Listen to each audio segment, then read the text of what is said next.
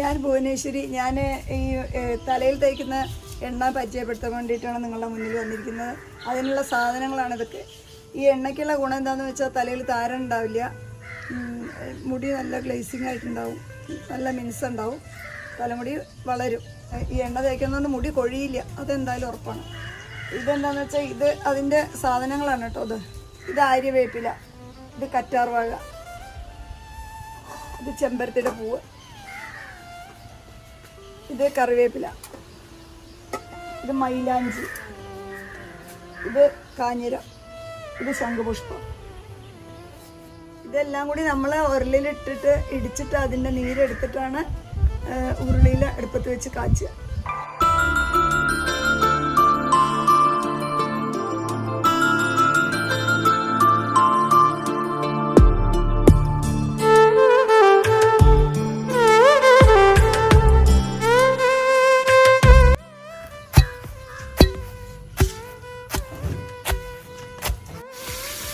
ഉരുളി അടുപ്പിൽ വയ്ക്കുക, അതിൽ എണ്ണ ഒഴിച്ചു,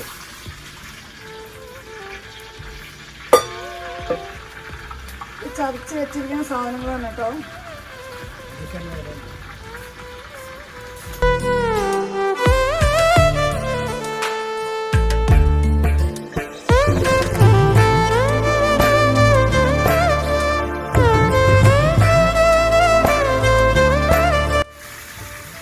കറ്റാർവാഴ എടുത്തിട്ട് ഒന്ന് ചെത്തിയിടും. എന്നിട്ട് ഈ പൂവൊന്നിലിടും. ഇത് ഇന്ന് തിളപ്പിച്ച് വെക്കും. ഇന്ന് തിളപ്പിച്ച് വെച്ചിട്ട് അങ്ങനെ അടുപ്പ് തന്നെ വയ്ക്കും. എന്നിട്ട് നാളെയാണ് ബാക്കി കംപ്ലീറ്റ് തിളപ്പിച്ചിട്ട് നാളെ ഒരു ദിവസം മുഴുവൻ ആ ഉരുളി തന്നെ എണ്ണ വയ്ക്കും. എന്നിട്ട് പിന്നെ മറ്റന്നാളാണ് അതായിരിക്കണത് കാണിച്ചു തരാം.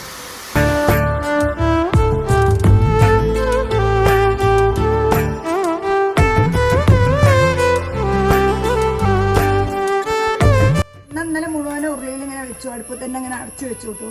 അത് കഴിഞ്ഞിട്ട് ആ എണ്ണ എടുത്തിട്ട് ഇന്ന് രാവിലെ എന്താന്ന് വെച്ചാൽ ഈ തെങ്ങിൻ്റെ അരിപ്പ് എടുക്കും. തെങ്ങിൻ്റെ അരിപ്പയിലേക്കാണ് ഈ എണ്ണ അരിച്ചു ഒഴിക്കുക.